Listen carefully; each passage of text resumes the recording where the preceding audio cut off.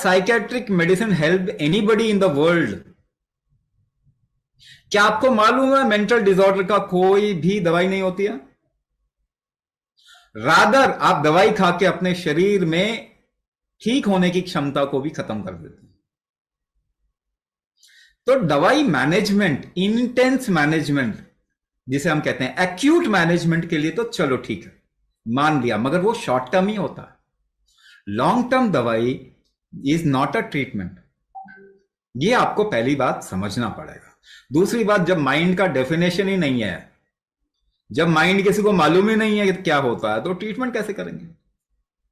तो अब मैं आपको थोड़ा बता देता हूं। इनसोम्निया आपने बोला और एंजाइटी बोला, दो चीजों को लेके पहले समझ जाइए। जब भी आप गाड़ी में ट्रेवल कर रहे हैं, किसी बस में और खड़े हैं और किसी बस के खंभे को पकड़ रखा है आपने, और बस प्लेन में जा रही है, तो खंभा छोड़ दीजिए, बैलेंस में रहेंगे। लेकिन सपोज करो गड्ढे आ गए, तब क्या करेंगे आप? उस खंभे को कस के पकड़ लेंगे, उस पोल को कस के पकड़ेंगे ना।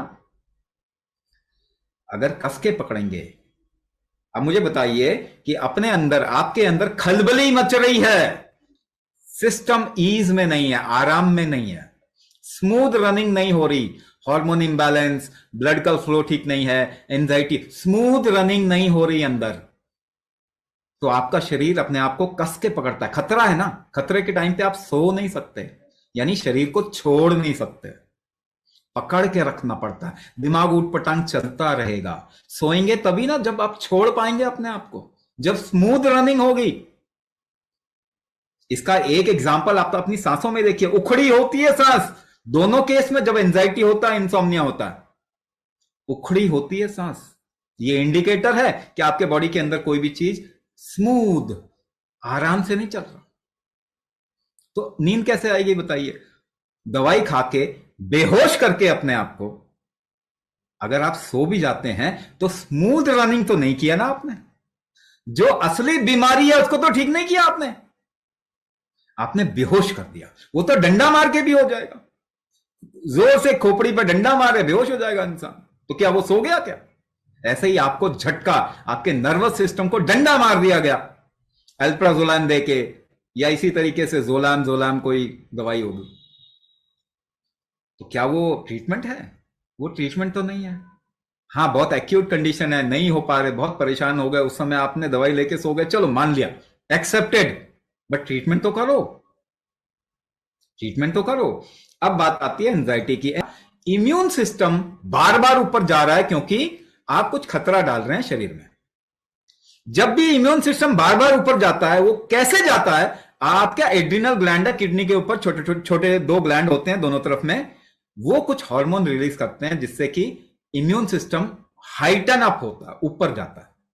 इसे कहते हैं एड्रिनल ओवर एक्टिविटी। बार बार इम्यूनिटी को बढ़ाने के कारण एड्रिनल ओवर एक्टिविटी हो रही है।